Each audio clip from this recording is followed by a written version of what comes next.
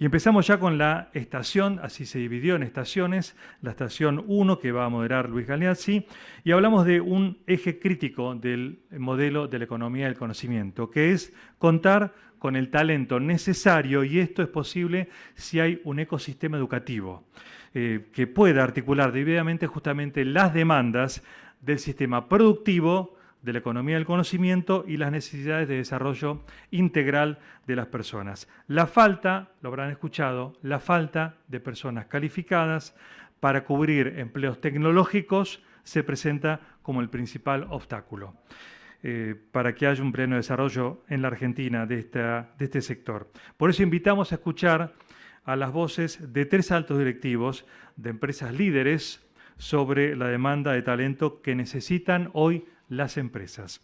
Invito a subir al estrado a los participantes Emiliano Galván, Paulo Ingrassi y Martín Sturmen. Mientras les cuento, quizás los conozcan, pero lo recuerdo, Emiliano Galván tiene más de 23 años de experiencia en marketing y publicidad y ha ayudado a múltiples empresas globales, regionales y locales en procesos de transformación digital. Actualmente dirige la división de Wunderman Thompson Studios en Latinoamérica con más de 1.100 profesionales trabajando para empresas de Estados Unidos y Europa. Es licenciado en Ciencias de la Comunicación. Paulo Ingrassia es el fundador y CEO de Aconcagua Soft, una empresa argentina de software que ofrece soluciones de gestión empresarial. Ingrassia es ingeniero en sistemas y ha trabajado en el sector tecnológico durante más de 20 años. Y Martín Sturmer es socio de PwC, Pricewaterhouse Argentina, y gerente general de Acceleration Center, es contador público, con más de 15 años de experiencia en auditoría, y desde hace 3 años lidera el negocio de exportación de servicios profesionales de PwC, el cual tiene hoy más de 3.000 profesionales exportando valor a distintos países del mundo, principalmente a Estados Unidos. Así que bueno, Luis, queda en tus manos. Les recuerdo que podrán hacer preguntas y las pueden mandar a preguntas@argencon.org. Luis. Muy bien, bueno, seguimos entonces. Cuando hablamos de la riqueza argentina, habitualmente el imaginario popular piensa en el trigo, en el petróleo, en el mar, en la pesca, en el litio ahora, en vaca muerta. Y normalmente no se piensa en la gente como un factor de riqueza. Y es un error tremendo. Es decir, nuestra gente es el mayor factor de riqueza que tenemos. Y esto lo tenemos que valorar, lo tenemos que predicar para que esto cunda, para que esto se entienda, porque acá está el recurso que hace todo, el recurso que nos permite no solo la economía del conocimiento, sino la innovación, la creatividad, la productividad en todas las áreas económicas. Entonces, quisimos empezar esta reunión preguntándole a un grupo de directivos de distintos rubros qué es lo que se necesita. Cuando buscan personal, buscan gente, ¿qué necesitan? ¿Cuál es la demanda de ese talento? Y para eso elegimos 3 industrias distintas y les preguntamos entonces, empezamos por Pablo, si te parece. Pablo, ustedes son una empresa de software, acá de Mendocina. Cuando buscas a alguien, ¿qué buscas? Bien, primero buenos días y gracias por el espacio. A ver, nosotros como empresa de software local y de un tamaño chico de empresa, ¿no?, que estamos creciendo y que nos enfrentamos a desafíos tanto en industria local como en industria internacional. Primero que nada, tenemos que, buscamos. Actualmente, ¿sí?, tuvimos que recorrer un camino donde primero buscábamos conocimiento y después experiencia, y hoy estamos buscando más actitudes de las que llamamos soft y actitudes de proactividad, de personas que tienen esa curiosidad adentro, que tratan de aprender y nos ponemos en un rol de empresa donde tratamos de acompañar esa curiosidad para llevarlos a un nivel mucho mayor, ¿no? Ahí como empresa nos encontramos con ciertos desafíos, ¿no? Por un lado, tenemos que compatibilizar lo que nos piden nuestros clientes que habitualmente en la industria del software hoy, digamos, hace varios años ya viene el tema de que todo el mundo te pide un senior, ¿sí? Y nosotros como empresas que somos compradoras de servicios y vendedoras de servicios tenemos que hacer un cambio cultural en nuestros clientes y cuando actuamos como proveedores, ¿no? Tenemos que ser promotores de cómo le damos lugar al talento joven, ¿sí? Cuando nosotros, todas las empresas vienen y nos piden quiero un senior, no me dejan lugar a capacitar, ¿sí? Y eso lo vamos generando al mundo empresario todo el tiempo, ¿no? Pensando de que además un equipo de senior es altamente productivo, ¿sí? Cuando nos pasa que un equipo de senior no hace PowerPoint, o sea, no crea software sencillo, no les gusta, se aburren y se van. Entonces, creo que ahí cuando somos vendedores de servicios tenemos que ayudar a un cliente a entender que la riqueza a veces y el valor agregado que podemos dar lo damos con un equipo que tiene un mix de capacidades, ¿sí? Que tiene sí personas que son senior, tiene personas que son semi-senior y personas junior que están iniciando sus pasos en la carrera profesional. Después, por otra parte, está también el desafío de compatibilizar este deseo de formar personas con esa demanda, ¿no?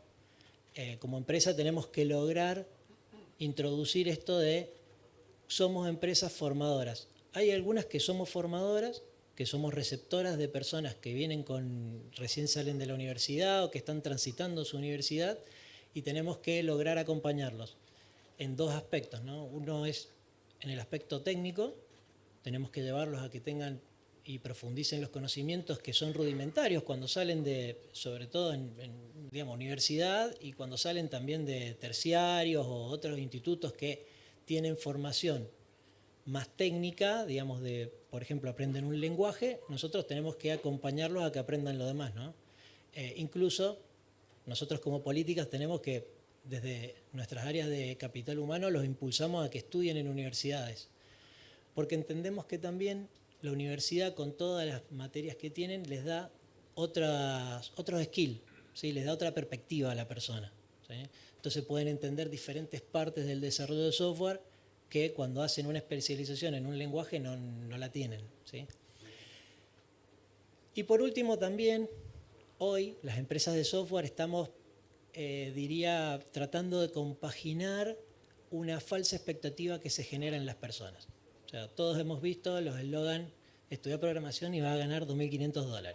No, no van a ganar $2.500. Ni dólares, ni los 2.500. ¿Sí? Porque tienen que tener más cosas. 2.500 pesos, sí, por favor. Claro. Entonces también tenemos que lograr compaginar eso en el contexto. ¿Por qué? Porque recibimos muchas personas que salen de un estudio de 6 meses, donde claramente no están capacitados para estar en un proyecto internacional, donde les tenemos que darle acompañamiento y estamos compatibilizando eso. Tenemos el reclamo constante de decir, yo creí que iba a ganar $2.500. Sí, y había que hablar inglés también, ¿no? Y había que saber hacer análisis de sistema, y había que conocer de algoritmos. Pero bueno, es un poco con lo que hoy nos estamos topando las empresas de software, ¿no? Y cómo lo compatibilizamos y cómo podemos acompañar a las personas. También está que a las personas, nosotros al menos desde nuestra empresa siempre tratamos de ver a la persona entera. ¿Sí? Si bien la parte técnica es una de las importantes, también tienen que desarrollarse en su vida, ¿no? O sea, al fin y al cabo estamos acá para vivir, no para trabajar, ¿no? Entonces, ahí es donde empezamos con el resto de las habilidades y cosas como el tiempo de ocio, el tiempo donde están compartiendo con sus familias, cómo acompañamos desde lo emocional y cómo podemos ayudarlos a manejar a veces esa ansiedad. Sobre todo que nosotros contratamos la mayor parte de las personas en Argentina, que todos vivimos acá y todos sabemos digamos, las ansiedades por dónde vienen, ¿no? Claramente no queremos ganar $2.000 porque digamos, nos gusta ganar $2.000, sino que lo necesitamos para poder cubrir las necesidades básicas. Entonces, creo que esos son los desafíos con los que hoy nos vamos encontrando, ¿no? No te preocupes, Pablo, porque el que paga $2.500 a todo el mundo es Gunderman Thompson acá. Por supuesto, por supuesto. Acá Emiliano, Por si supuesto. alguien necesita $2.500, por favor, Ningún problema. hable con Emiliano que... Después en el break.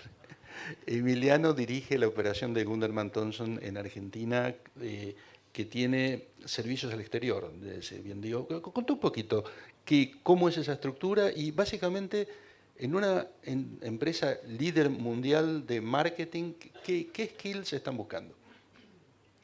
Gracias, antes que nada, por la invitación. Siempre es un placer venir acá, así que me siento muy a gusto y gracias a la provincia por recibirnos y gracias a Argencom por la invitación. Es muy interesante lo que escuchaba recién. En nuestro caso particular, somos una compañía de publicidad, marketing. Yo como formación informático, todavía no sé explicarle ni a mi esposa ni a mi mamá a qué me dedico, porque me dicen, pero vos estudiaste tecnología, ¿qué haces en marketing y publicidad? Y lo interesante es que siempre les cuento, hoy no se puede hacer marketing y publicidad sin tecnología, porque realmente cuando quizás arranqué allá por el 2000, ayer lo hablábamos con Jesús Luis, que todos mis colegas me decían, pero vos estás haciendo la selectiva de marketing 1, me dicen, yo quiero hacer estructuras algebraicas 4, y era como raro, pero hoy digamos, esta profesión abrazó mucho esa combinación de habilidades blandas y habilidades duras. Con lo cual, a tu pregunta de qué contratamos, nosotros contratamos personas en 3 ejes. Primero, muy orientadas a diferentes capacidades y habilidades. El segundo eje tiene que ver con las ganas o con la predisposición o con la actitud de esa persona hacia la actividad que va a desarrollar. Y el tercer punto, que en un momento era muy relevante, era la geografía donde va a trabajar esa persona. Tanto la geografía donde va a estar basada y para dónde va a trabajar. Y yo creo que las 3 cosas cambiaron drásticamente en los últimos 3 años. O sea, tuvimos que ponerlo en una coctelera, batirlo y replantearnos esos 3 puntos. Porque hoy las habilidades, cuando antes buscábamos 100% habilidades duras, que sepa programar, que sepa redacción publicitaria, que sepa diseño, hoy se mezcla muchísimo con la parte de habilidades blandas. Y las habilidades blandas son tan o más importantes que las habilidades duras, por lo que recién comentabas vos de cómo se inserta en un grupo, cómo se interrelaciona con sus pares, con lo cual nos fijamos mucho en esas características de la persona. También es importante la actitud de esa persona, que quiere una persona que quiera aprender, que tenga una capacidad emprendedora, que sea una persona orientada a resolver problemas, que sea una persona que está permanentemente con ganas de desarrollar nuevas habilidades, una persona que está en constante cambio como individuo. Y por último, algo que nos voló la cabeza durante la pandemia, como para tratar de sacar algo positivo de la pandemia, es que previo a la pandemia nosotros nuestra dotación acá en Argentina, donde tenemos 700 colaboradores, era 99,9% orientada al GBA, Gran Buenos Aires de Argentina. Y hoy te diría que es cada vez más la participación de diferentes ciudades de la Argentina, de diferentes provincias. En Mendoza teníamos 0, hoy tenemos 7 personas trabajando desde acá y tenemos una participación del 15% de nuestra dotación fuera del Gran Buenos Aires. Y yo creo que en un año va a ser el 30% y probablemente en 2 o 3 años pueda crecer aún más. Es decir, no hay nada más federal que la economía de conocimiento. No existe. Es muy difícil que vos te lleves el campo desde Mendoza y lo pongas en Capital Federal. O es muy difícil que vos te lleves la cosecha de soja de Santa Fe y la pongas en Bariloche. Pero el conocimiento y el capital humano perfectamente lo puedes desarrollar en cualquier parte y es totalmente, como los norteamericanos le dicen, borderless. Es decir, no tiene fronteras.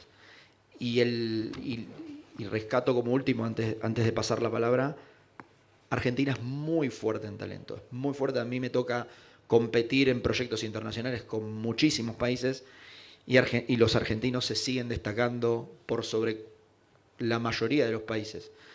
Competimos con las tarifas imbatibles de la India, con productividad, competimos con la adaptación con países de Europa del Este, competimos con el talento con Norteamérica y con Europa, más allá de tener 2 grandes habilidades, desde la cuna. Los argentinos somos ministros de Economía y directores técnicos de nuestro equipo de fútbol. Con lo cual, tenemos una capacidad de explicar lo inexplicable, que eso se convierte en un atractivo monumental para un mundo que está ávido de contratar personas que sepan resolver problemas. Y eso realmente lo hacemos muy bien, y yo creo que esa es la ventaja competitiva que tiene el argentino. El argentino es un máster para resolver problemas, y eso creo que es lo que nos diferencia en el mundo. Bueno, sería ideal ser menos máster en esto, ¿no es cierto? Que sean un poco normales también, ¿no? Pero sí, para sobrevivir, ¿no?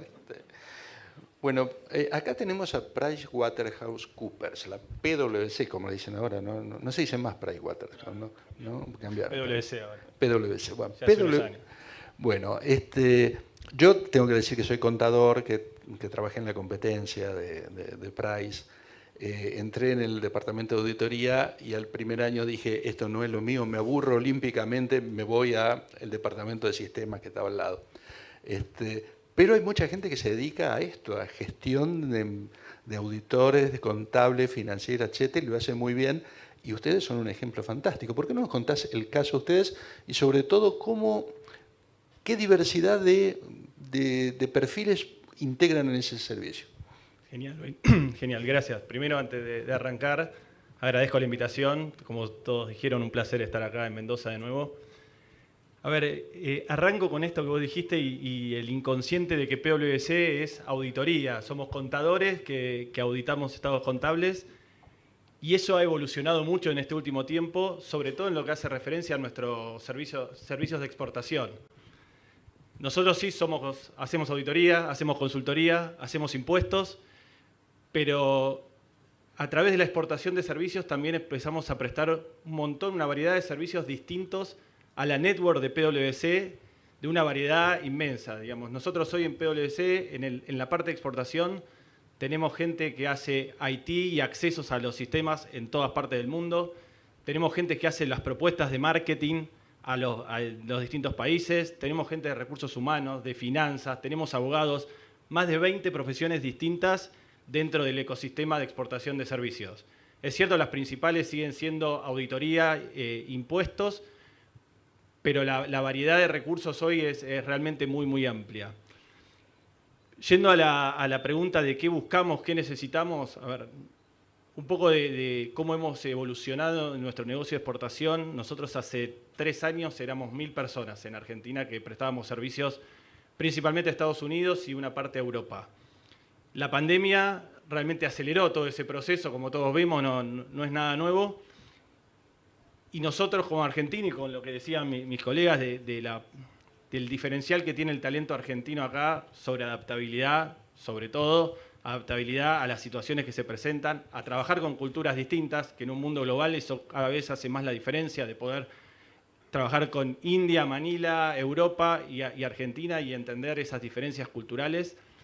Todo ese contexto nos ayudó a crecer y hoy somos más de 3000 personas prestando estos servicios. Lo que nos demanda o lo que está evolucionando en nuestro negocio es que el tipo de servicio que prestamos o que se requiere cada vez demanda mayor valor agregado, mayores conocimientos técnicos digitales para poder hacerlos. Nuestro negocio ha evolucionado significativamente, donde hoy nosotros desde Argentina somos parte de los equipos de otros de Estados Unidos, de India, haciendo la auditoría por ahí de los principales bancos del mundo o haciendo consultoría de las principales empresas tecnológicas del mundo. Y para eso se necesita tener un perfil quizás distinto o más avanzado del que hoy el mercado o el sistema educativo quizás nos está dando. Y eso lo complementamos entonces con nuestros sistemas de training in-house. Nosotros vemos que tenemos hay una gran oportunidad para continuar desarrollando este mercado.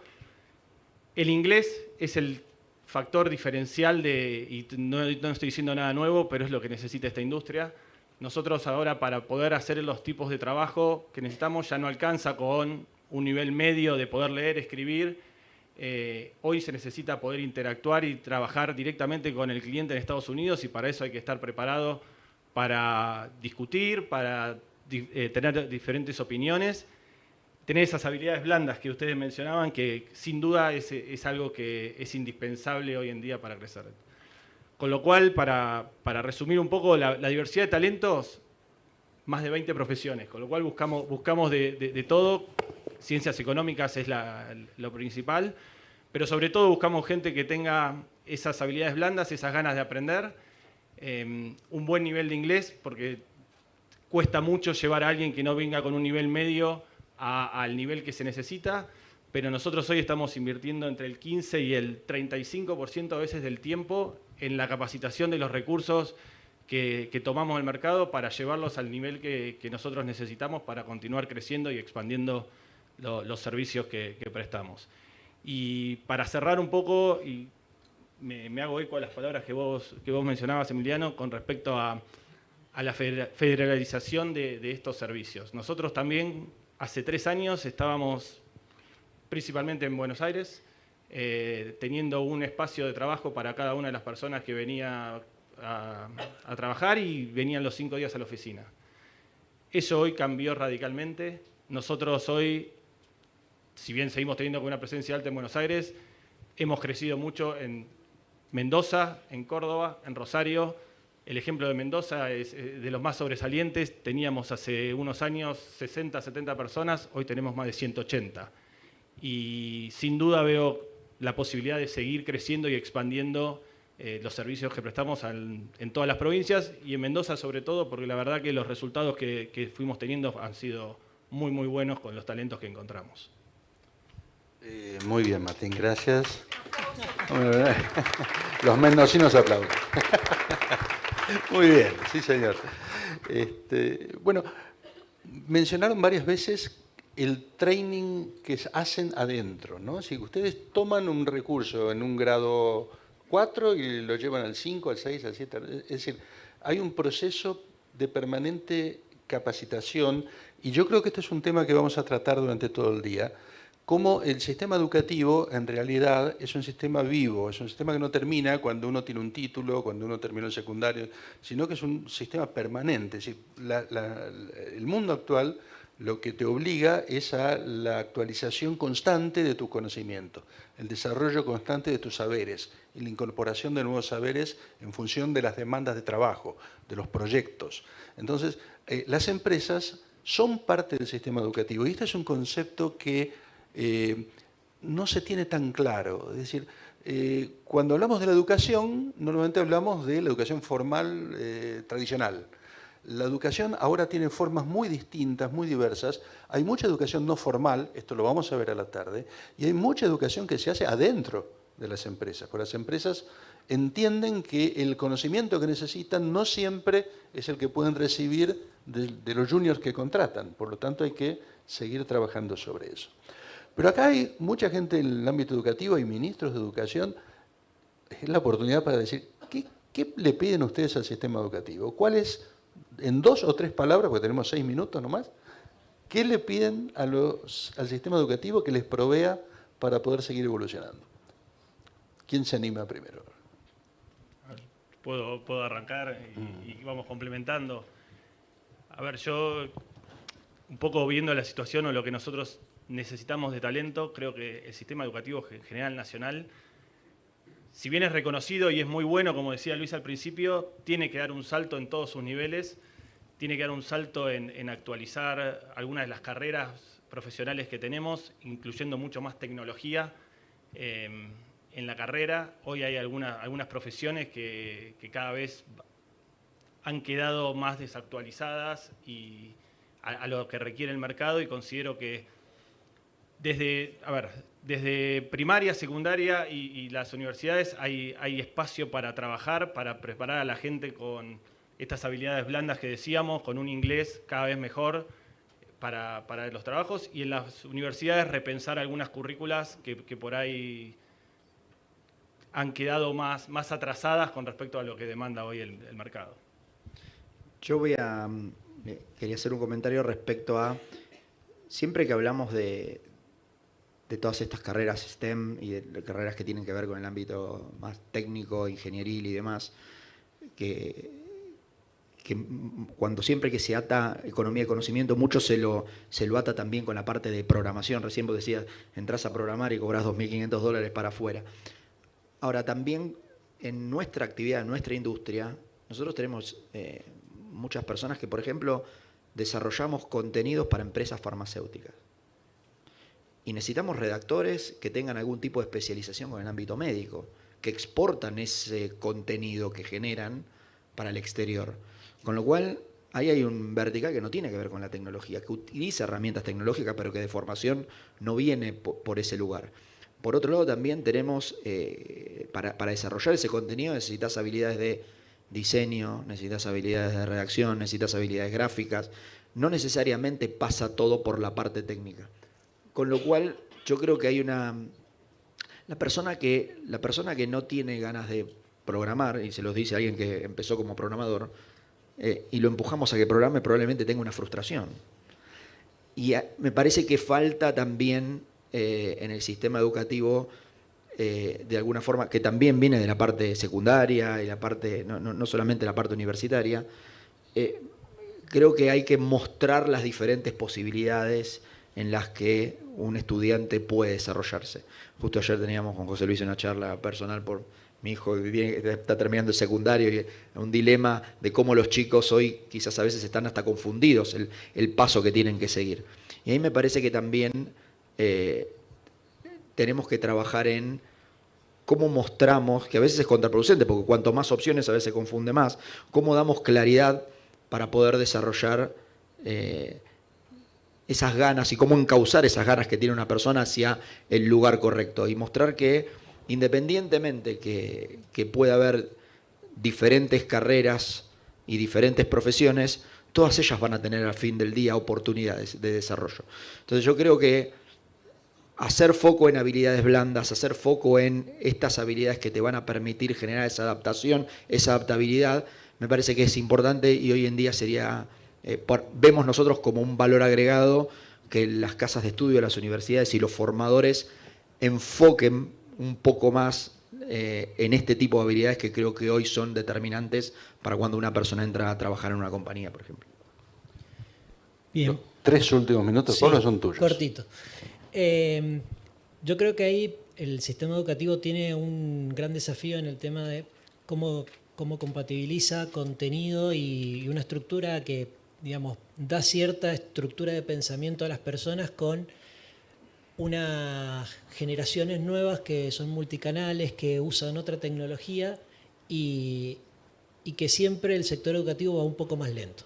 Y entonces nos cuesta llegar a las personas, o sea, nos cuesta enseñarles. Me parece que la habilidad más importante que todos vamos a tener que desarrollar es cómo nos adaptamos y cómo aprendemos en el camino y cómo vamos usando eso que aprendimos antes para generar nuevo conocimiento.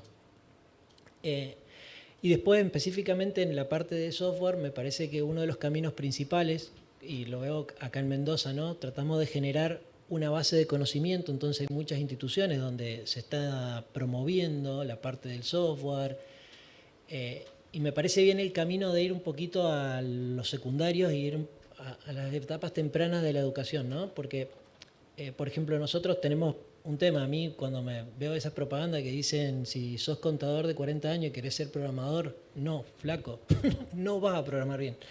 A los 40 años, todos los que tenemos 40 ya programamos 25, o sea, porque arrancamos a los 15 años. Y acá suena como los músicos cuando dicen, si no naciste, no naciste. Bueno, hay una parte que es parecida, ¿sí? Cuando estudias música en la universidad te enseñan todo, y cuando vos terminás a los 25, 26 años desarrollás desde donde quedaste después de la universidad. Con la programación es lo mismo. O sea, si vos lo aprendiste en tus etapas tempranas, todo lo que desarrollás y querés hablar de inteligencia artificial, de big data, de ciencia de datos, y bueno, tenés una base que la adquiriste temprano.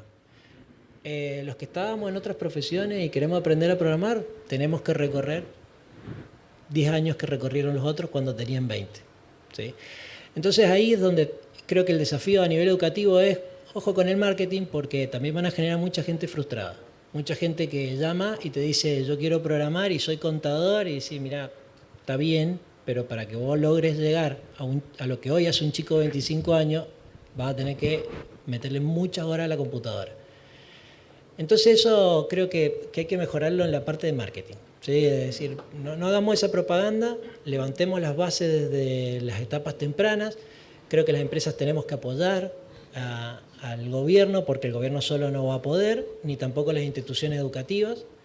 Creo que todos tenemos temas de presupuestos, ¿sí? Entonces creo que ahí en la colaboración podemos generar una buena base desde la cual después seguir creciendo en ciencia y mejor valor agregado a los clientes lo vamos a lograr, ¿no? Muy bien, Pablo, muchas gracias Emiliano, Martín. Bueno, y terminamos este primer bloque y damos paso al siguiente. Les pido un aplauso para nuestros invitados. Muchas gracias.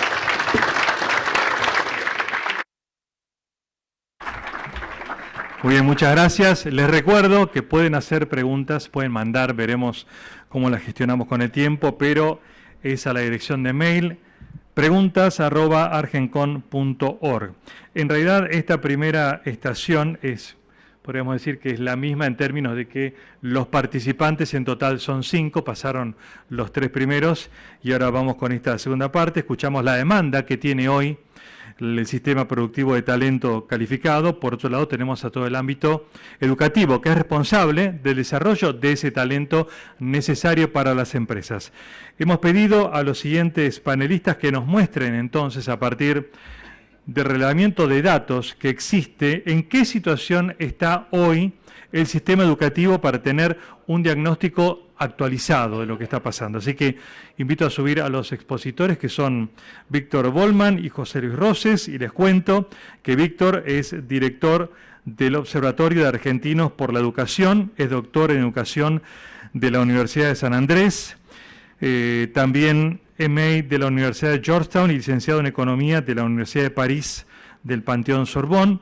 Trabajó para el BID, para UNESCO y los Ministerios de Educación de la Ciudad de Buenos Aires y también de la Nación. Víctor, por un lado. Por otro lado, José Luis Roses es ingeniero industrial de la UBA con posgrado en Oxford, miembro de la Academia Nacional de Ingeniería y director del Instituto de Educación en Ingeniería IDEI, ex rector del ITBA y profesor honorario de la UBA.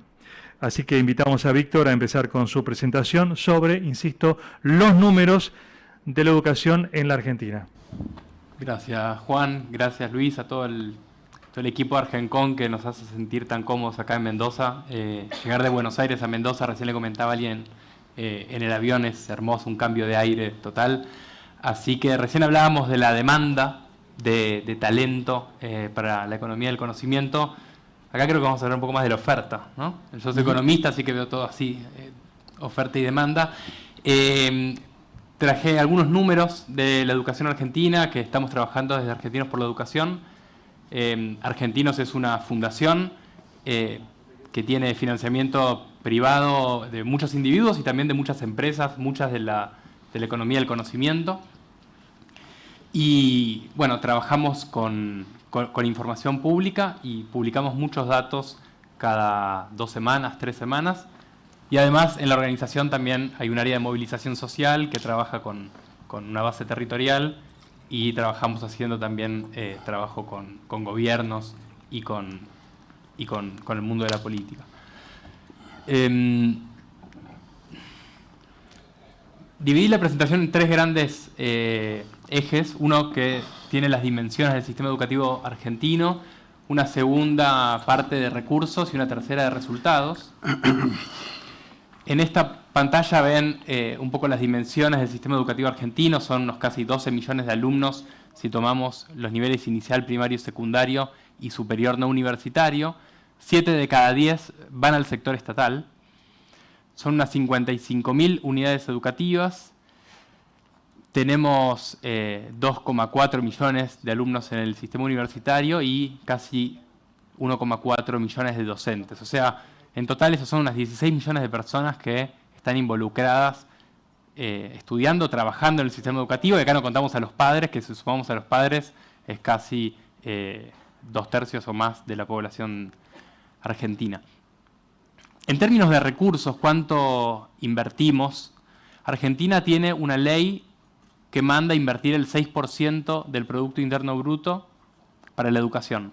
Esta ley nació en el año 2005 y ahora vemos que más de 15 años después de la ley, son muchos más los años en que no se cumplió versus los que se cumplieron. Solo se cumplió con la ley en 3 momentos, si contamos las metas intermedias. Solo en un año se invirtió el 6,1% del Producto Interno, eso fue en 2015, pero ven bastantes altibajos en los gráficos. Hace unos meses hicimos un ejercicio de tratar de estimar a cuánto equivale lo que nos debemos como argentinos. O sea, si sumamos las pequeñas brechas, en vez de gastar el 6 gastamos el 5, en vez de gastar el 6 gastamos el 5,4, el 4,3. Si sumamos cada una de esas brechas, ¿cuánto nos debemos como argentinos para nuestra propia educación? Y eso equivale más o menos al 5 o 6% del PBI de 2020. O sea, más o menos un ejercicio completo. Para saldar esta deuda, en otras palabras, deberíamos duplicar en un año la inversión que hacemos cada año. Del 6% del PBI que deberíamos invertir en educación, alrededor de 3 de cada 4 pesos son invertidos por las provincias y 1 de cada 4 pesos son aportados por el gobierno nacional. Tengan en cuenta, Argentina es por supuesto un país federal y en el caso específico de la educación son las 24 provincias las que gestionan el día a día del sistema educativo y las que aportan la mayor cantidad de recursos para la inversión total que tiene el país. Casi 9 de cada 10 pesos son destinados a salarios docentes. Esto si tomamos tanto los salarios que se aportan, que van al sector estatal, como las transferencias al sector privado, que en gran medida financian salarios docentes también. Así que la gran mayoría del financiamiento va destinado al personal de los docentes. Es una actividad mano de obra intensiva. Pero esto muestra que es muy marginal los recursos que hay para hacer otro tipo de inversiones, como inversión en tecnología, inversión en infraestructura, becas, comedores, etc. Traje también un ejercicio para ver cómo nos va. Este es un ejercicio que tomamos de una prueba internacional, de estas que se habla bastante. Esta es una prueba de la UNESCO del año 2019, que se administró a chicos de 3er grado. La pregunta dice, o sea, la consigna dice: tengo hojas sin ser árbol, te hablo sin tener voz, si me abres no me quejo, ¿quién soy? Y las opciones son un libro, un árbol, una radio o unas hojas. No les voy a pedir ahora que levanten la mano, me imagino que el 100% de los presentes acá responden correctamente, pero en Argentina, hoy, el 46% de los chicos de 3er grado no puede responder este tipo de preguntas. O sea, 1 de cada 2 chicos de 3er grado en Argentina no comprende lo que lee. El porcentaje de Argentina, que es la barra violeta, la que ven más a la izquierda, estos son los resultados de la prueba de UNESCO del año 2019, prepandemia, en 16 países de América Latina. Se categoriza según el resultado de los chicos en 4 niveles posibles de desempeño. El violeta es el más bajo, el azul oscuro es el más alto. Bueno, Argentina tiene 46% de sus chicos en el nivel más bajo, o sea que no logra los niveles mínimos de comprensión lectora a los 9 años, a los 10 años, o sea, muy temprano en la escolaridad. Muchas veces se habla de los problemas en la secundaria, que también están, ahora los vamos a ver. Pero muy temprano en la escolaridad ya hay grandes déficits. El porcentaje de Argentina es parecido al de El Salvador y muy lejano al de países que a priori, si antes de mostrarles los gráficos les preguntaba a qué países nos parecemos, probablemente hubieran dicho a Uruguay, a Colombia, a México, a Brasil. Hoy estamos lejos de esos países. Los mismos países en el gráfico que ven están ordenados según puntajes divididos por tercil socioeconómico. La barra de arriba es el puntaje del tercil de chicos más ricos, la del medio el puntaje de los países del tercil del medio de esos países y la barra de abajo la de los chicos más pobres de cada país. Argentina en este gráfico tiene un puntaje del tercil más rico de los chicos parecido al del tercil del medio de Perú.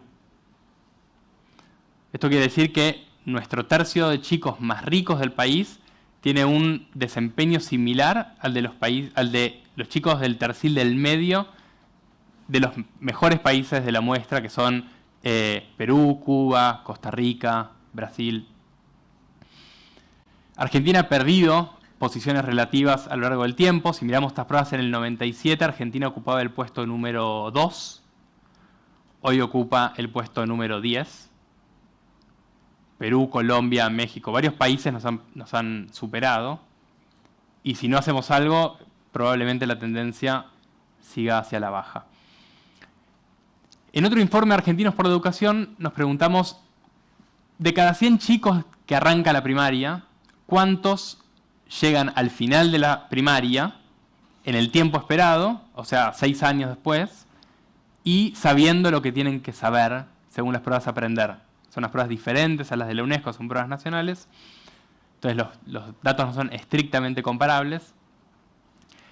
Pero lo que vemos es que si bien 92% de los chicos llega al final de la primaria en el tiempo esperado, o sea, la trayectoria es bastante fluida, no es muy común que los chicos repitan o abandonen en la primaria, solo 43 de cada 100 llega al final de la primaria aprendiendo lo que tiene que aprender. Esto es muy dispar según la provincia. En Mendoza, están los datos de Mendoza y están disponibles en la web los que estén interesados, pero 43 es el dato nacional.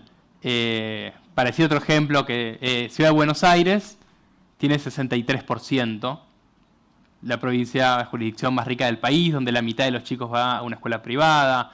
O sea, ni siquiera en esa jurisdicción llegamos al 80, 90 o 100%. Y en el otro extremo tenemos las provincias en general las más pobres, con datos que son como el 25%, 23%. Esto es en la primaria. No se depriman, falta todavía 5 minutos.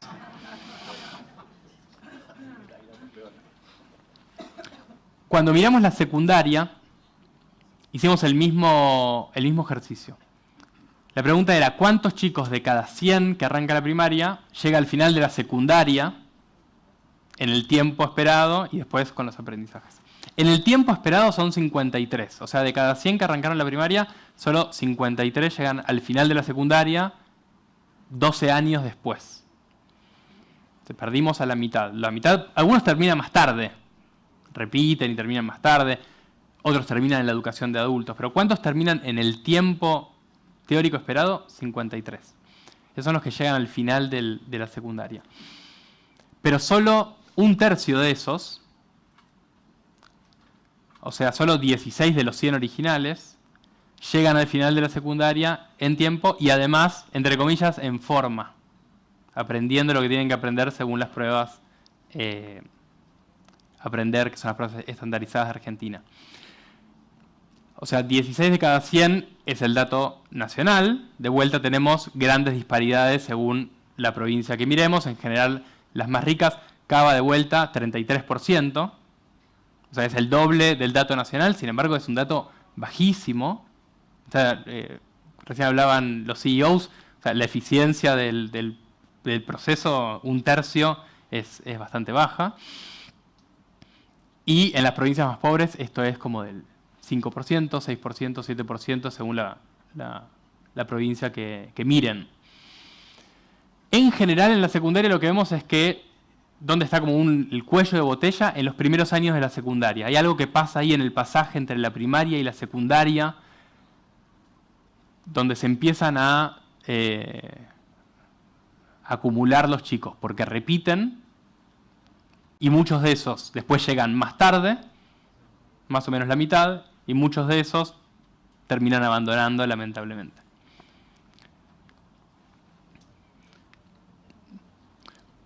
En otro estudio nos preguntamos, ¿quiénes son estos chicos que llegan al final de la secundaria, entre comillas, en tiempo y en forma? ¿Son de estratos socioeconómicos ricos, pobres, del medio, etcétera?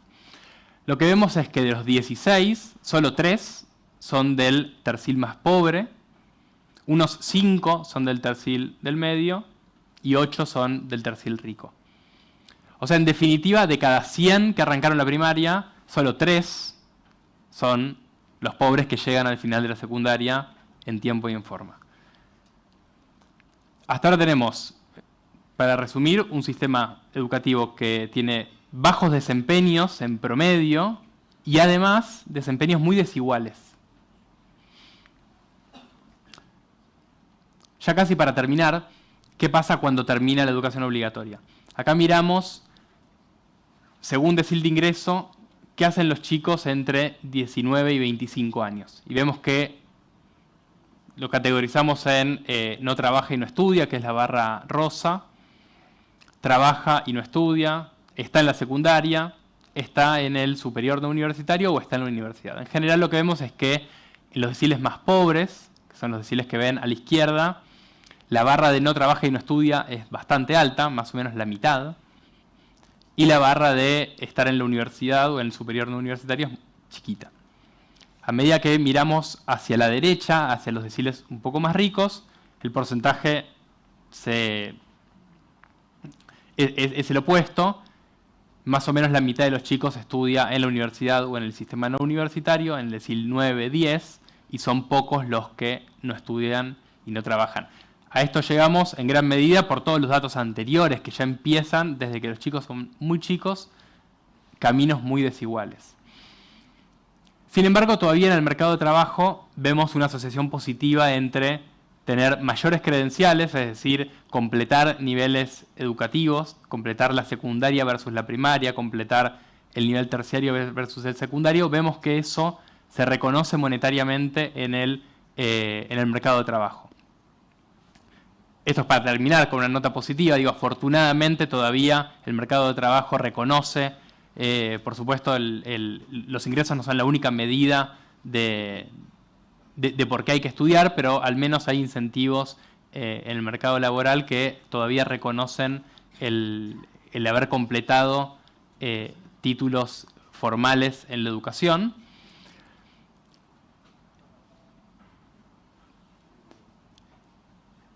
Y esto es para dar pie también a José Luis, que empieza también a contar un poco cómo sigue la historia a partir de que los chicos terminan la educación obligatoria y cómo hacen su trayecto hacia la universidad. Así que les agradezco mucho y seguimos después en conversaciones para continuar estos disparadores. Gracias.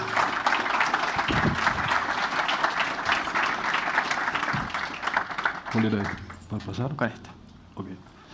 Bueno, buenos días a todos. Como hemos dicho, gracias por estar aquí, gracias a las autoridades locales y fundamentalmente a Argencom la posibilidad de darnos esta oportunidad de hablar de la educación. Yo voy a hablar parado porque Juan debe saber, yo con mi diafragma sentado me mete problemas, pero me toca hablar de la universidad. Yo quiero decirles primero, quiero hablar de una parte del sistema educativo que normalmente no se habla mucho. Y yo celebro que Víctor, en esta cruzada de argentinos por la educación, incluya a la universidad, porque en general el segmento universitario es un poquito el patito feo del sistema total, porque todas las estadísticas terminan hasta lo obligatorio y nadie habla del sistema universitario.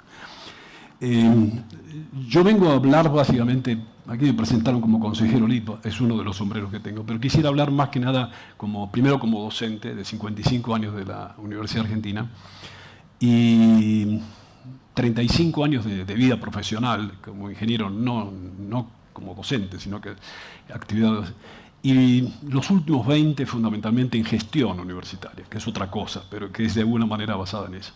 Entonces, con lo cual tengo la posibilidad de poder interpretar lo que básicamente aquí recién los colegas hablaban sobre el tema de la demanda, porque he estado en los dos frentes.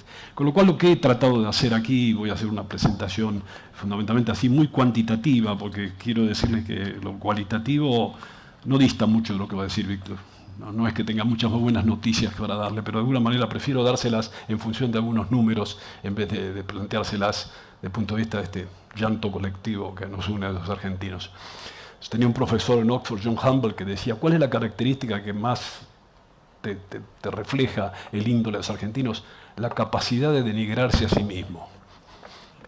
Y la verdad, que te digo, no es que tengan mucho que hablar, pero a veces funciona así. Y hay muchas contradicciones, porque yo, como estuve del otro lado, quiero decirle también que el profesional argentino cuando va en el mundo se destaca.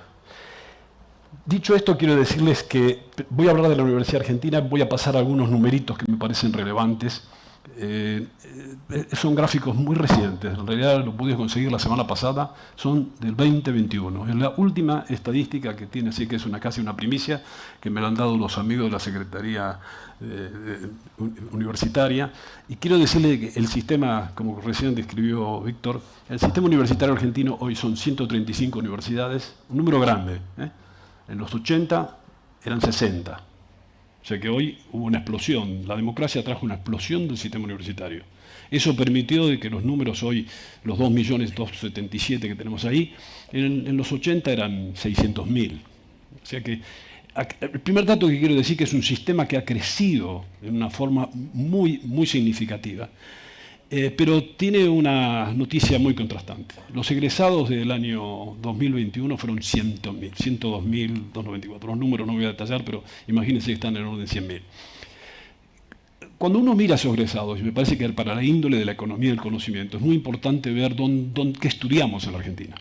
Y yo tomé una estadística de graduados entre 2016 y 2018, fundamentalmente pensando en algún esquema de graduación, y el 24% de los graduados están en ciencias aplicadas, el 40% está en ciencias sociales, tenemos un número de 16 entre ciencias de salud y ciencias humanas, y otro 2 o 3, 4% de ciencias básicas. Es decir, el perfil universitario argentino es de ciencias sociales. Esto, admitámoslo, lo que venimos de otro palo, es una verdad. ¿Esto es bueno, es malo? No lo sé. Acá se habla de la economía del conocimiento, obviamente que ciencia social necesita, pero en realidad quiero decirle que esto nos pone un perfil desde el punto de vista universitario que no está muy en onda hacia dónde va el mundo. Pero si eso lo miramos y vemos cómo evolucionó, vemos primer aspecto que la tasa de evolución de los ingresantes en los últimos 10, 11 años tiene una tasa de crecimiento de 63%, tiene una tasa interesante, si la ponemos, es que el sistema universitario ha crecido. Y sobre todo ha crecido en función de su nivel de estudiantes, pero lo más grave de todo esto es la tasa de graduación.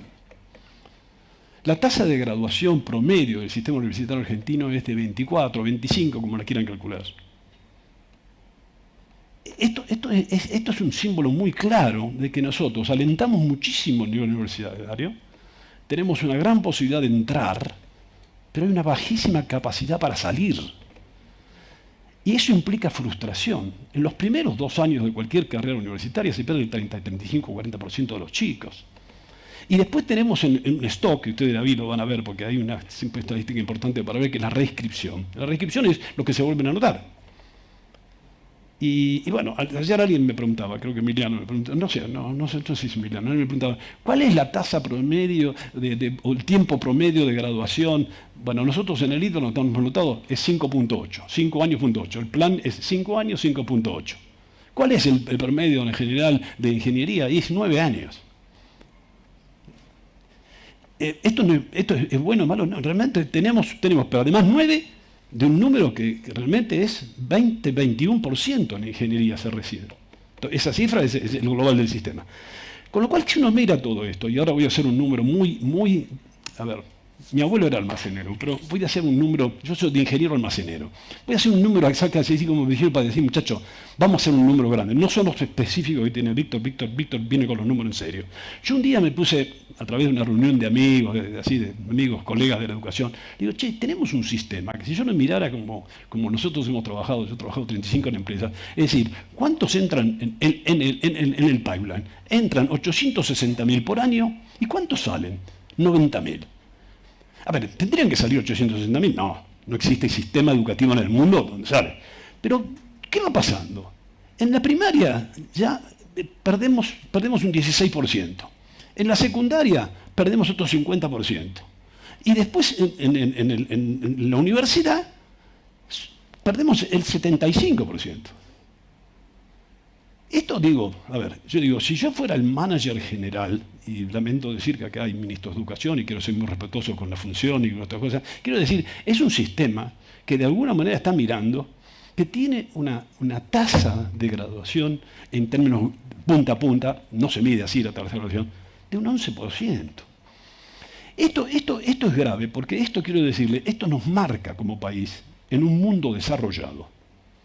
Ahora voy a dar algunas muestras de otros países, que es gravísimo. ¿Por qué? No es la tasa de graduación, es lo que queda ahí abajo. Yo he dedicado parte de mi vida a que esos 750.000, en promedio, que perdemos por años, el sistema argentino es lineal. O sea que el tipo que sale ahí no tiene salidas laterales. ¿Dónde va esa gente?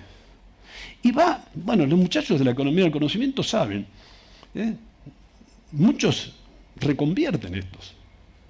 Yo como rector de una universidad que formábamos tecnólogos, otros sabía claramente que siempre el nivel del punto de vista de las ceremonias de graduación, los que menos teníamos eran los informáticos, no venían a hacer eso. Porque todos estaban en Seattle, estaban en otro, ya no los tenía. Todos, ¿viste? Ya. Pero en el medio de eso habían quedado mucha gente sin poder recibirse y ni por otro. Este tema es un tema grave de la Argentina. Además de tener un sistema universitario que tiene una baja eficiencia, nosotros no tenemos un sistema de formación profesional que rescate a gente que, como recién creo que dijo Pablo, hay mucha gente que tiene mucha capacidad y talento, pero por distintos tipos de razones, y muchas de esas razones están dentro del sistema universitario. Nosotros no somos atrayentes para formar a la gente. Lo estamos formando con el mismo sistema casi riguroso. Alguien el otro día me decía, si Leonardo da Vinci, después de 500 años de despertar, lo único que podía conseguir e imaginar que la institución funcione, que cree que algo que alguna vez vivía, es la universidad. Porque el tipo entraría casi igual. Nosotros realmente no generamos un nivel de atractividad, ni hemos adaptado a lo generacional. Entonces, dicho esto, vuelvo a ver dónde están nuestros graduados. Y nuestros graduados simplemente están básicamente 22% en STEM, el otro grupo del 42% entre humanidades y ciencia de la salud, y finalmente el grupo residual del 45% en ciencias sociales. Esta es la pizza argentina. Esta es la pizza argentina. Cuando ayer hablábamos con Emiliano de las vocaciones, bueno, las vocaciones en realidad, quiero decirles, hay muchísimas más vocaciones en STEM que lo que refleja esta pizza.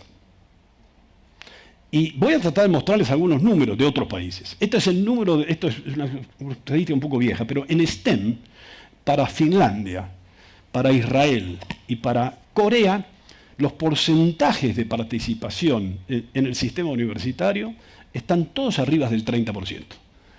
Quiero decirles, como rector y como especialista en temas de tecnología, los únicos países que mirábamos nosotros para hacer benchmark son estos tres.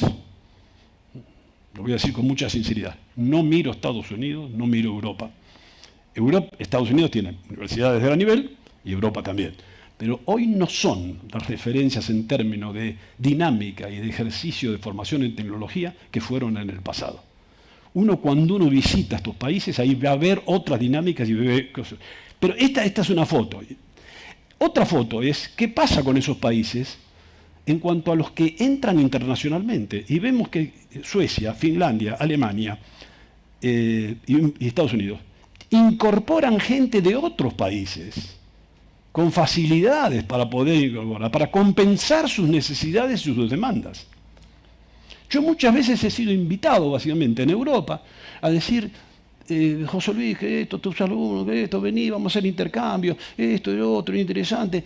Casi como, viste, como pasa en el fútbol, viste, todos quieren la división inferior es nuestra. Mandame intercambio, pero ¿qué quieres intercambio? ¿Vos me mandás algo? No, vos mandame los chicos, después no vuelven nunca más, pero bueno, te mando los chicos. Con lo cual quiero decir, este sistema universitario, voy tratando de cerrar para poder plantear después más específico en algunas carreras informativas, es un sistema con crecimiento, con altísima deserción inicial y desgranamiento, que no se aprovecha después, con pocos graduados. Los países industrializados están alrededor del 75%, nosotros estamos en 33% y esa es benévola, estamos en menos, en 21, 29%. Chile tiene 66%. Estamos acá, cruzamos acá, 4 horas, me dijeron, 4 horas, 66%. No sé, la gente es tan dispersa, tenemos cosas tan raras, acá no sé qué nos pasa. 12% se gradúa en el tiempo teórico en la universidad, en Australia el 57%. Tenemos pocos graduados en carreras tecnológicas. Bueno, si nos comparamos, para seguir con nuestros hermanos chilenos, tenemos 35 básicamente tecnólogos por 100 abogados y en Chile tienen 207 por 100 abogados. Yo cuando hago esto siempre me gano la bronca de algunas profesiones. ¿Viste? Hablo de las ciencias económicas, y ahora me cargué a los abogados, pero no importa. En Argentina hay un ingeniero cada 5.800 habitantes. En Chile hay uno cada 4.500 habitantes. Tenemos muy baja presencia de alumnos, casualmente Víctor contó, la etapa básicamente de edad entre 25 y 65 años es lo que se calcula para estar en el sistema universitario. Tenemos el 15% de la población, Corea tiene 47 y Costa Rica, que es lo que está mejor, tiene 23. O sea que tenemos baja efectividad, demanda insatisfecha y tenemos regresividad. Él puso números de regresividad muy claro, porque esta copia de quienes se reciben también se da en el sistema universitario. En el sistema universitario tenemos universidades públicas que se reciben los de mayor nivel poder adquisitivo y familiar. Así que tenemos un tema de que lo hacemos público, gratuito, pero al final lo que se reciben son los que más pudientes. Universidad de Informática. 2 números para ustedes para explicarle por qué no encuentran gente en la demanda que necesita. Yo desde que empecé esto, yo que sé, en 2003, siempre faltan 5.000. A los amigos de Ceci le faltan 5.000. A los otros le faltan 5.000. No sé, hay un número de margen que nos faltan 5.000. Lo que quiero decir es que el número básicamente de gente que está en la disciplina informática, si yo sumo pregrado, grado y posgrado, hay 42.500 personas que están en el sistema básicamente ingresando. En el sistema público, 6.600 en el sistema privado. Pero fíjense lo que se reciben. Estoy viendo medio de costadito, pero se reciben 3.169. Esto es un número muy chico para cualquier demanda. Y lo más grave, mírenlo en grado, 1.782 en grado. Y lo que llamamos posgrado son 240. Y lo que es el pregrado que son los analistas, los programadores. Cualquier número que ustedes digan no da. Pero además les agrego, si ahora vamos al pregrado informático y lo abrimos más, quiero decirles que en ese pregrado informático una de las cosas más significativas es que además tiene muy baja eficiencia. El pregrado informático universitario. Por eso seguramente que en la tarde van a ver todas las opciones que hay de formación fuera del sistema universitario, dentro de las empresas, que van a tener que compensar este déficit que la universidad argentina no resuelve. Y no lo va a resolver por mucho tiempo. Síntesis. La Argentina en su conjunto no está educando a nuestros estudiantes para resolver las demandas del futuro inmediato. El nivel secundario, obviamente, acá se mostraron cifras, pero condiciona definitivamente. Recuerdo un momento, me acuerdo una vez Esteban Bullrich me dijo, che, José Luis, tenemos que hacer ingenieros en menos tiempo. Le digo, Esteban, ayúdame para que te enseñemos ciencias en la escuela secundaria y yo te saco 1 año y medio. Porque cuando entran acá, no solamente que en el libro de la experiencia le tenemos que tomar examen, sino que además le tenemos que enseñar matemática, física y química. Y ese es un hándicap inevitable. ¿Por qué? Porque nosotros formamos ingenieros y licenciados, no existen sin ciencias básicas. Las profesiones tecnológicas universitarias todas compiten en su formación y por eso es que hay alternativas más efectivas. Usamos metodologías educativas y prácticamente son una rémora de muchas cosas. Yo me hago cargo y de alguna manera sé también que cuando a los jóvenes los entusiasmamos y le cambiamos la forma educativa, el nivel de efectividad es totalmente distinto. Y finalmente quiero decirles que este proceso, ¿por qué estamos todos estando presentes acá, ministros de Educación? La Universidad Argentina está desfinanciada, muy gravemente desfinanciada. El presupuesto básicamente de las universidades argentinas, básicamente el 90% se dedica exclusivamente a pagar salarios. Si nosotros queremos hacer educación de calidad, y cuando hablamos de educación tecnología, no es simplemente salarios. Necesitamos muchísima inversión. Y la educación moderna requiere mucha tecnología con mucha inversión. Si esto no lo podemos resolver desde el aspecto político, desde el aspecto económico, quiero decirles que el panorama hacia adelante no es fácil de poder imaginar. Por lo tanto, ¿cómo promover la transformación universitaria? Y digo hasta educativa. Particularmente yo les digo, desde dentro del sistema, no esperen que cambie. tengo 55 años de vida universitaria y 77 de vida, y digo, no espero que ocurra. Creo que desde afuera del sistema, y por eso esta iniciativa de Argencom la acompaño enormemente y ojalá haya muchas más y muchas en todo el país, esta fuerza tiene que venir de afuera. La educación en la Argentina no tiene hoy un impulso político ni público. En todos los casos, en todas las estadísticas, siempre es el quinto o el sexto tema, a pesar que nosotros decimos primero la educación. La verdad que desde el punto de vista de opinión pública y situación política es el quinto, el sexto y nunca llega. Pero esto yo creo que se nos va la vida, se nos va el futuro. Si nosotros no tenemos esto resuelto, por eso creo que afuera del sistema hay que hacer muchas acciones para poder promoverlo. ¿Y cómo hacerlos? A la tarde seguramente tenemos mucho tiempo para reflexionar. Pero yo creo fundamentalmente que generar una alianza entre el rol de la universidad, el rol del gobierno y el rol del empresario es básico. Si esto con aislamiento, como es hasta hoy, como viene siendo, no funciona. Si no existe asociatividad, entre todo esto no importa. Y termino con una cosa, se habló mucho del talento. Y les cuento una cosa. Siempre tuve un dilema, el otro día, al recibir mi título de profesor honorario de UBA, dije, soy un ingeniero de vocación, pero un jugador de fútbol frustrado. Dije, siempre tuve un dilema existencial. ¿Por qué Messi no era tan efectivo en la selección argentina que lo que era en los equipos del extranjero, en Barcelona donde jugaba? Y un señor que era un profesor, un técnico de vóley, Julio Velasco, me dijo, José Luis, lo que pasa que el talento para ser efectivo necesita tener un sistema. Entonces quiero decirles, comparto con ustedes, los de la demanda, que necesitan talento. Pero el talento hay que ponerle un sistema. Ustedes tienen que generar el sistema para que ese talento funcione. Las universidades también tenemos que generar sistemas para que haya más talento.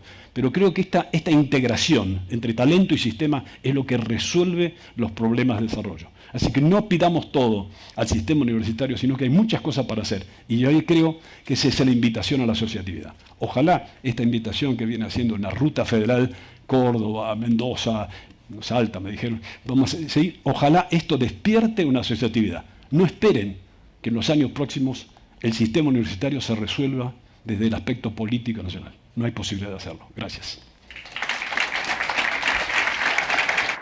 Descarto que cada uno en su cabeza estará pensando en todo esto, en el panorama quizá desalentador, pero la realidad que nos ocupa hoy en la Argentina la educación. Les recuerdo que tenemos preguntas@argencom.org para hacer preguntas por mail. Ahora tenemos un café, pero brevemente me animo a hacerles una pregunta y les pido síntesis. Pero están hablando de un diagnóstico y un efecto que viene de una causa. ¿Ustedes han cruzado variables para decir, dijiste, por ejemplo, Víctor, año 97 pasó algo? Lamentablemente breve, pero ¿hay causas concretas que den este efecto con un hecho político, un año, algo que pasó? Digo terremoto por no decir otra cosa. ¿Hay algo? ¿Lo tienen estudiado? A ver, lo que vemos es una tendencia hacia la baja Sí. que ha atravesado colores políticos. Estos son datos pre-pandemia. Lo que vemos es que no se han hecho, no tenemos en Argentina un plan educativo nacional, por ejemplo. No hay un rumbo clarísimo hacia dónde ir, no hay metas concretas de acá ni a 5, a 10 o 20 años, y esa falta de rumbo es parte de un gobierno de la educación que hace falta coordinar entre nación, provincias, establecer cuáles son los recursos necesarios para llegar a esas metas y encaminarnos todos hacia lograrlas. Pero hechos puntuales, digo, por ejemplo, 2001, causa de un efecto como Sin duda la crisis de 2001, por ejemplo, uno ve en los datos que hay una transferencia de matrícula entre el sector estatal y privado. Bien. En la pandemia se ve lo mismo, pero más allá de esos shocks que se ven en el corto plazo, hay una tendencia grande que en los últimos 20, 25 años vemos que perdemos frente a países que son vecinos. Bien. Y para completar No, esta tendencia, entonces... Yo para completar lo de tendencia? Víctor es muy joven. Sí. Yo me voy más atrás. La democracia tiene una deuda educativa. La democracia abrió muchos canales para Argentina, pero nunca tuvo incorporado el tema de la educación como la variable central de este país. Finlandia, en el año 52, 53, era una colonia rusa, prácticamente así. Se tuvo independencia y todos lo nombramos en Colombia como es el fenómeno de Finlandia, porque hicieron un país alrededor de la educación. La Argentina no pretendo que sea un país de educación, pero que por lo menos lo pongamos dentro de alguna de las prioridades. La democracia nunca lo tuvo como prioridad. Clarísimo. Y esa es una gran deuda social que tenemos, que hoy la pagamos con muchas cosas. No voy a decir por qué, porque eso se lo dejo al principio, pero nosotros nos debemos tener una prioridad de educación a la luz de otras como naciones. Y eso es una deuda de la democracia. Esta opinión, José Luis Rose, ¿no? Muy bien, no es de perfecto, muy bien. Gracias, José Luis. Gracias. Víctor. Llegamos al momento del café, tenemos un café breve para hacer un recreo y los esperamos. Viene, hablando de la educación, la era digital de la educación.